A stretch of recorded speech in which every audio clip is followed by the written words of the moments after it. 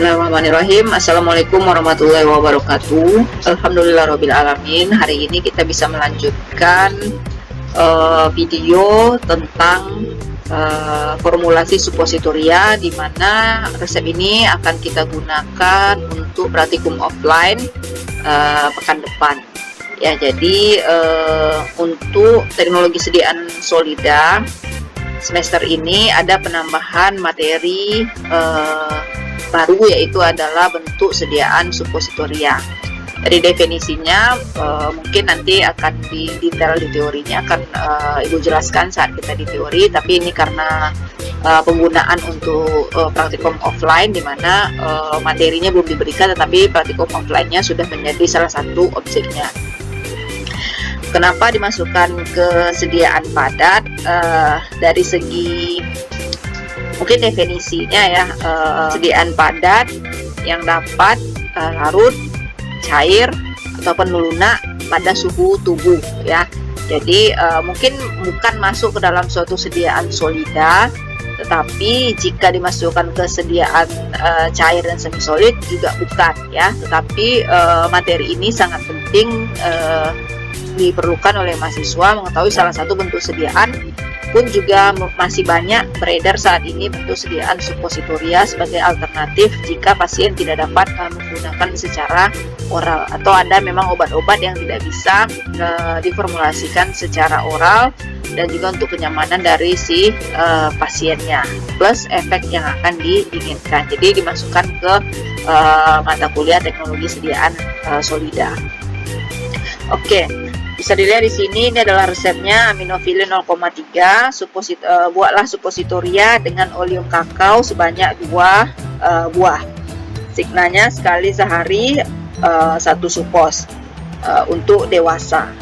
Oke, kelengkapan resep yang pertama dari resep ini adalah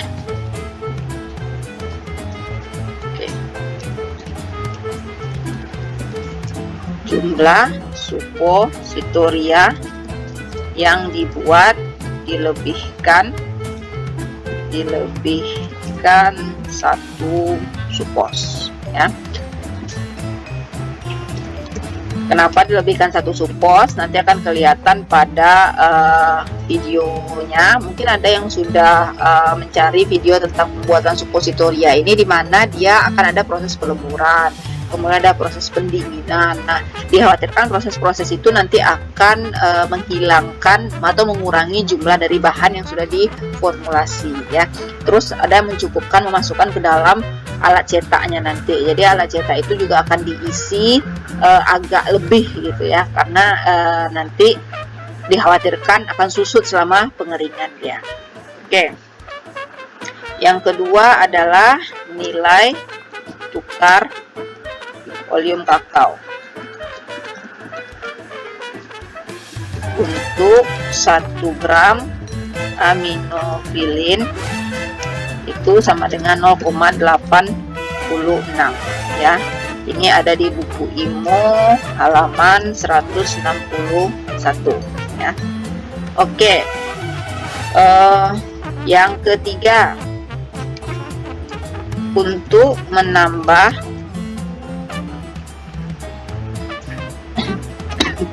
titik lebur, saya lupa menambah ya, untuk meningkatkan titik lebur, usul penambahan seraflava 5% ya.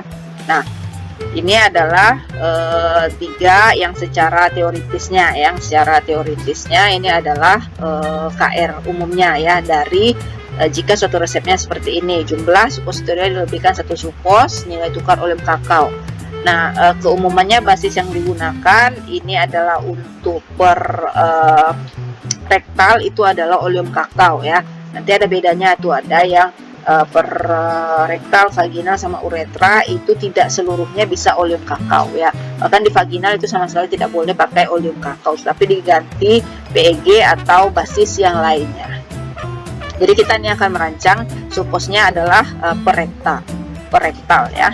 Oke, kemudian dari Signa ditanyakan pemakaiannya kapan ya. Pemakaiannya itu pagi, siang, atau malam ya. Nanti akan di ACC sama asisten ya. Oke. Jadi usulnya itu adalah di pagi. Selanjutnya kita ke FO. Untuk FO itu tidak ada. Lanjut kita ke DM ya, karena aminofilin itu ada DM-nya. Oke, kita lanjut untuk DM.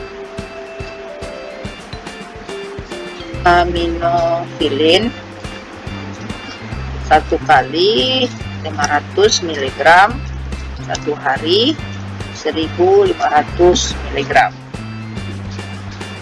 Karena dia dewasa, langsung saja ke persen DM-nya.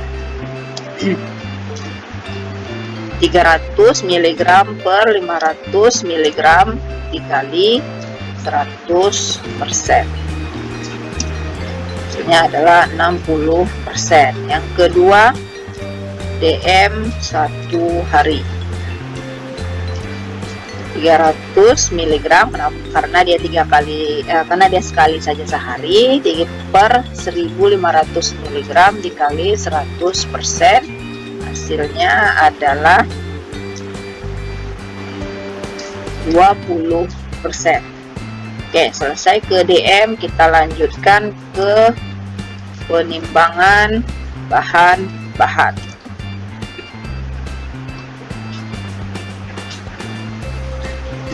Yang pertama itu adalah zat aktifnya aminofilin 0,3 gram dikali 3 supos. Dari mana datangnya 3 supos? Itu adalah, kan tadi di resep itu akan dibuatkan 2 supos ya. Jadi akan diserahkan ke pasien 2 supos, dan di KR kita lebihkan 1 supos karena kondisi-kondisi yang sudah dijelaskan sebelumnya. Jadi 3 ini datangnya adalah ya permintaan dari resep dan dilebihkan 1-nya. Oke, kita lanjut. Hitung berat 3 supos. Nah, berat 3 supos untuk dewasa, jadi ada persyaratan lagi ya. Untuk dewasa itu adalah bobotnya 3 gram. Ya, jadi cetakan kita itu akan menghasilkan nanti bobotnya 3 gram. Oke, jadi dapat bobot suposnya itu adalah 9 gram. Kita hitung nilai tukar aminofilin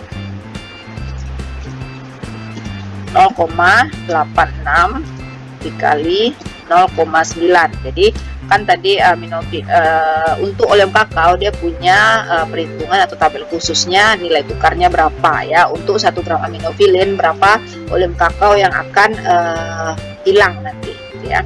Oke, nah di sini adalah hasilnya 0,774. Lanjut kita ke perhitungan basis supos.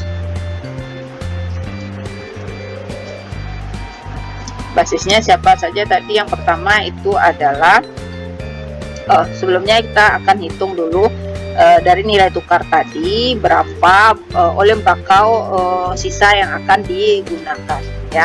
Jadi 9 itu dari berat supos dikurang dari nilai tukar aminofilinnya, sehingga dapatnya adalah 8,226 gram. Lanjut kita baru ke perhitungan basisnya ya. Oleum kakao 95 per 100 dikali 8,226, hasilnya adalah 7,815. Oke, sabar dulu ya, nanti akan dijelaskan. Serafava tadi dilebihkan berapa? 5% ya. 5 per 100 dikali 8,226, hasilnya adalah 0,411. Oke, Nah, dari Seraflava 5% udah tahu kali ya dari mana kenapa oleum kakao 95 ya. Jadi dari 100 dikurang 5 itu adalah 95%. Oleum kakao kan kalau full hanya oleum kakao saja digunakan berarti 100% dia. Artinya 8,226. Tapi sekarang dikurangi sama 5%-nya adalah si Seraflava, sehingga sisa oleum kakaonya hanya 95%-nya saja. Dari 8,22 gram hanya ditimbang 7,815 gram ya. Jadi yang akan ditimbang bahan-bahannya adalah Seraflava 0,411, oleum kakao 7,815 dan aminofilin 0,9 ya. Yang lain itu digunakan untuk perhitungan atau untuk data yang dipergunakan ya. Oke, kita akan lanjut ke cara kerja. Cara kerja. Yang pertama, Seraflava ditambah 2/3 oleum kakao. Nah, untuk oleum kakao ini ada persyaratan pula untuk menjaga inti kristalnya. Jadi oleum kakao itu punya 3 inti kristal, alfa, beta, dan beta gamma. Dan target yang digunakan yang stabil dalam bentuk suppositoria itu adalah beta gamma. Cara untuk bisa membuat bentuk kristalnya itu adalah beta gamma, artinya titik leburnya. Jadi beda kristalnya itu adalah nanti di beda titik leburnya. Targetnya kita adalah mendekati dengan kondisi tubuh kita, tidak terlalu tinggi dan juga tidak terlalu rendah. Sekali lagi ini akan ada di teori. Sekarang cukup diketahui saja konsepnya. Nah, salah satu cara untuk membuat bentuk kristalnya itu stabil adalah tidak memasukkan seluruh oleum kakao saat dilebur, tetapi hanya 2/3-nya saja ya. Oke, 2/3 bagian oleum kakao. Oleum kakao dalam cawan penguap kemudian dilebur. Dilebur di atas tanas air cair. Setelah cair, dia langsung masukkan ke lumpang, kemudian ditambah sisa dari oleum kakao tadi ya. Dan ini adalah berarti kan tinggal sepertiganya itu digerus homogen. Nah, ini tidak perlu pula ditimbang-timbang sepertiganya berapa gram gitu ya, 2/3 berapa gram. Dianggap saja lah ini satu bagian. Nah, dilebur seperti 2/3-nya, sepertiganya ditinggalkan ya. Oke, massa 1. Lanjut kita ke ini dipindahkan ke lumpang ya, gerus homogen massa 1. Ini di dalam cawan. Pindahkan ke dalam cawan lagi karena si lumpang akan digunakan untuk menggerus bahan-bahan yang lainnya. Oke, kita lanjutkan akan menggerus aminofilin.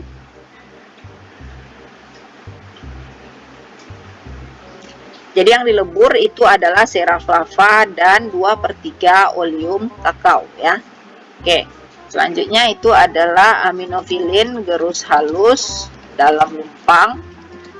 Kemudian ditambahkan massa 1 dan gerus homogen.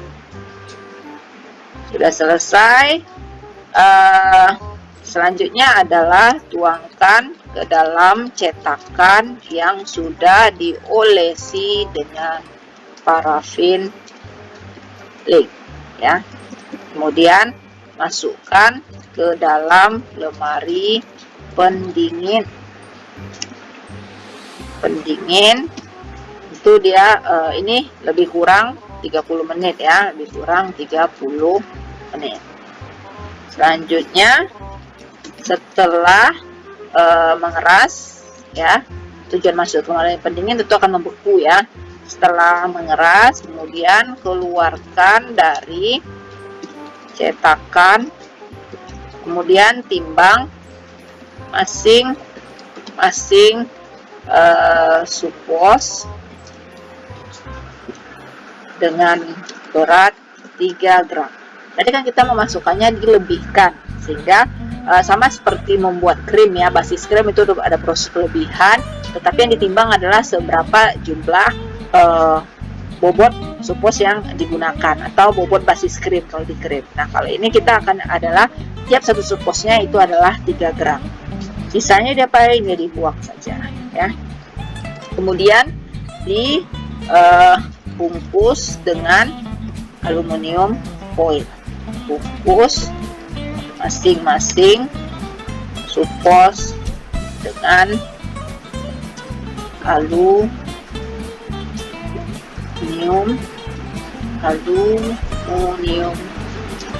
foil. Oke, masukkan ke dalam wadahnya. Dan wadahnya ini tolong nanti sediakan kotak korek api ya, kotak korek api yang dari kayu itu akan digunakan sebagai wadah kita ya. Kemudian beri etiket biru plus label NI. Oke, sudah selesai untuk pengerjaan supositornya ya. Jadi konsep dari cara kerjanya adalah seperti ini ya, peleburan sirap lava dan alum kakao, dimana sirap lava ini adalah di luar dari pada resep, tapi karena dia digunakan tujuannya adalah untuk menjaga stabilitas dari si oleum kakao itu sendiri. Selain dengan menambahnya 2/3-nya saja, selanjutnya itu adalah penambahan sera lava. Kemudian cetakan diolesi dengan parafin lead ya. Mungkin ada beberapa basis yang tidak dinyatakan di teorinya itu tidak diperlukan, tetapi pernah dicobakan di senior-seniornya itu malah lengket di cetakannya, sehingga untuk menjaga supaya suposnya atau sudutnya tidak lengket atau tidak pecah nanti pada saat dibuka cetakannya itu dioleskan dengan parafin lead, kemudian didinginkan di lemari pendingin selama lebih kurang 30 menit atau sampai dia beku. Setelah mengeras, kemudian ditimbang masing-masing bobotnya. Sebanyak berapa bobot suppositoria dewasanya yang akan diberikan ya, sesuai dengan resep ya. Oke. Jadi ini adalah beberapa cara, beberapa ya, ini adalah cara, nanti tinggal di copy paste saja, ditulis di laporan sementaranya untuk formulasi suppositoria yang akan dikerjakan pada pertemuan pertama ya, pada pertemuan pertama praktikum offline. Oke, kita lanjutkan ke evaluasi suppositoria. Untuk evaluasi itu bisa langsung dikerjakan saja ya. Evaluasinya ada beberapa evaluasi dari suppositoria, tetapi yang akan kita kerjakan itu hanya yang pertama adalah seperti uji-uji sebelumnya, itu adalah uji homogenitasnya. Jadi nanti hanya dilihat saja sebelum dibungkus, dilihat dua buah suppositoria tadi homogen enggak, sama rata warnanya atau ada yang berbeda di beberapa bagian ya, jadi uji homogenitas.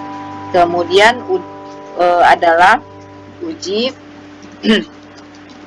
terhadap titik lebur ya, terhadap titik leburnya.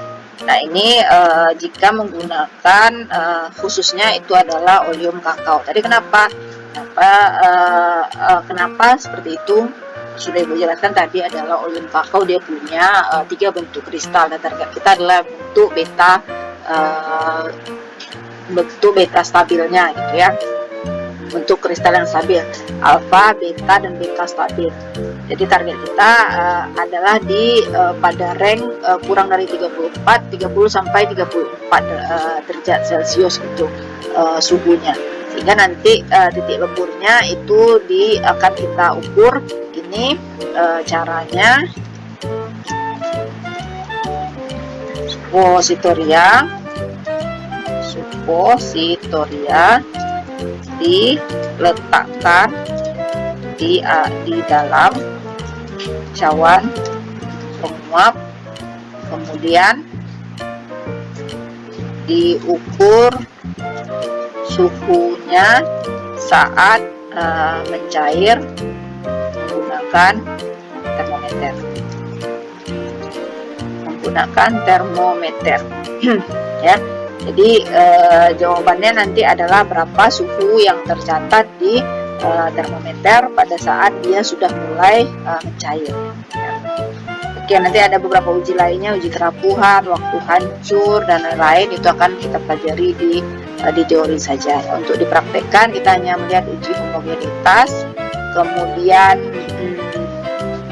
bobot ibu rasa bisa ya untuk menyatakan dia nanti masing-masingnya itu adalah 3 gram ya.